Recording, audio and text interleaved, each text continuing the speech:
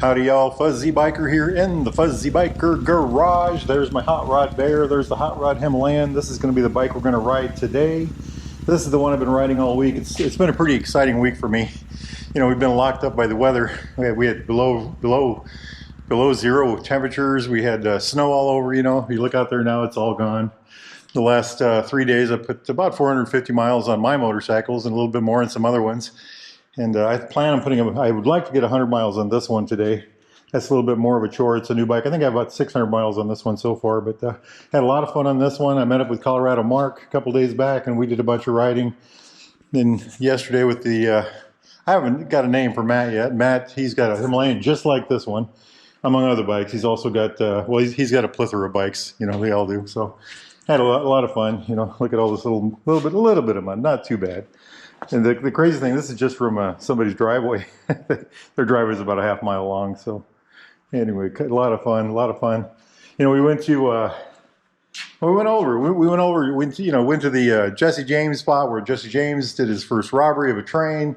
We went to a train in the middle of the road. You know, I just did all kinds of, we did all kinds of fun stuff like that. And of course the bike, this is the perfect bike for that. The Royal Enfield Himalayan is just, it's my ultimate motorcycle. If I only had one bike, this would definitely be it.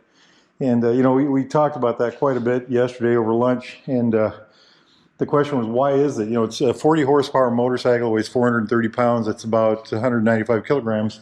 Well, the answer comes down to 40 horsepower is enough horsepower. It's got plenty of torque.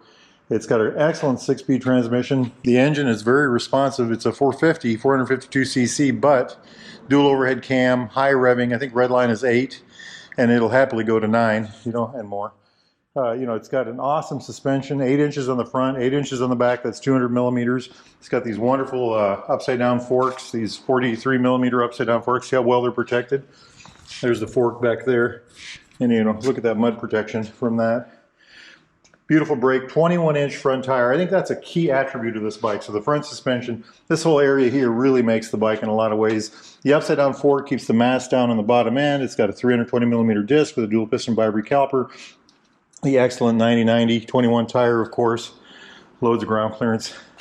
And again, the great torque. So stepping back to the rear, you know, I've got this Dunlop Trail Max Mission. A buddy of mine has this on his bike, and he was looking at it and he says, oh, we got different tires. And I said, no. I just have over 10,000 miles on mine. That tire's got over, let me get a flashlight over you here. That tire's got over 10,000 miles on it, and it looks quite a bit different than, I don't think I have another bike in here with one on, but, you know, she's getting a little bit of mileage on there. So the first 5,000 takes a lot longer to wear off than the last 5,000. So I'm thinking within 5,000 miles, that tire is going to be needing replaced. You know, there's a 270 millimeter disc on the back right there with a single piston bi-brake caliper. I've got a dead stock exhaust on mine. I haven't upgraded that yet. I want to give that a lot of thought. I want to also look at what options are out. And you know, there are some very good. We've been putting AEW exhaust on these bikes at Baxter Cycle, and they work really well. I think I'm going to try the Cat Delete. I might do that after I get back from Canada. I'm a little worried about going into Canada with a bike that has a Cat Delete on it. I don't know I don't know if there's any problem with that at all, but I don't want to have one. You know, we are going to Canada in 4 months. In 4 months, this bike will be roaming through the roads of, you know, we're going to be cutting through, let me turn the, we're going to be cutting through, you know, we're going to go to Calgary right there.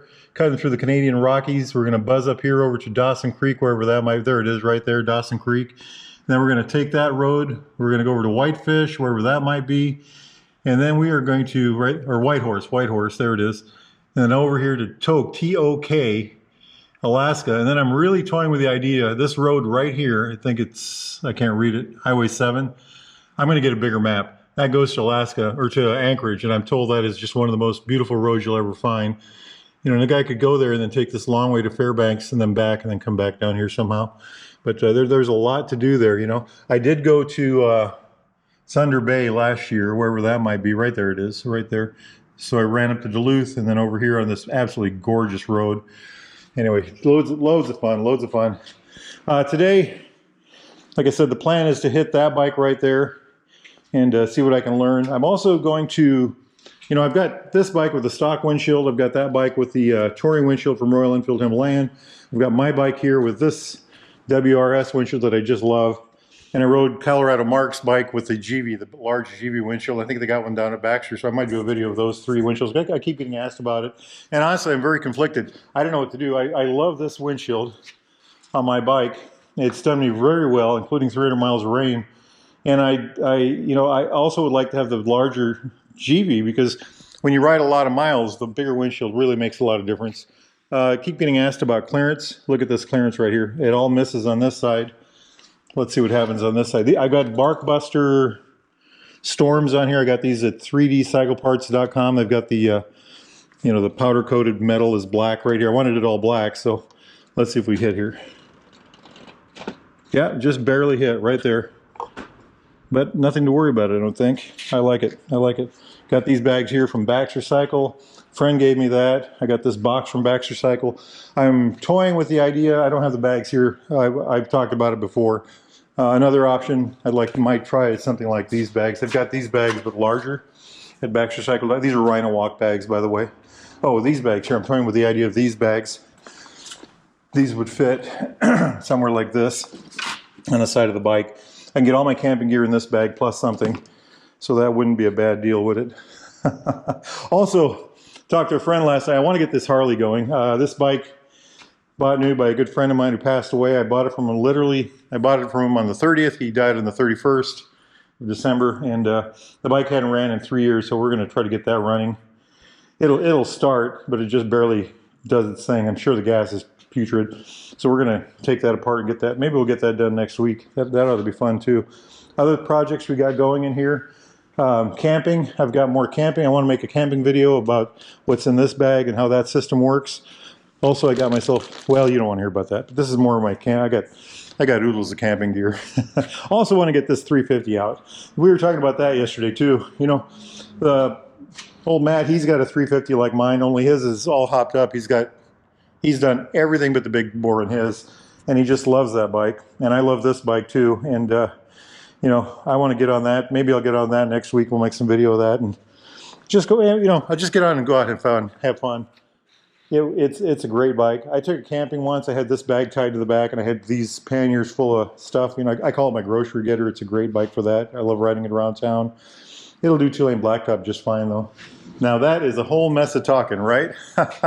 If y'all are interested in a new used Royal Enfield Triumph Classic British bike of any type, need parts, accessories, thingamajigs, doodads, coats, jackets, helmets, gloves, boots, anything at all, socks and underwear, get yourself over to Baxter Cycle in the mighty mini-tropolis of Marty, Iowa, or go to BaxterCycle.com. Tell those fine folks that Fuzzy Biker sent you. Hit like and subscribe. It's a beautiful day here. It's going to be a great day for a motorcycle ride on that motorcycle. If it's nice where y'all are at, get yourselves out there and ride, my friends. Life is good. Wahoo! 1, 2, 3. Wahoo! Wahoo! Ready? 1, 2, 3. Wahoo!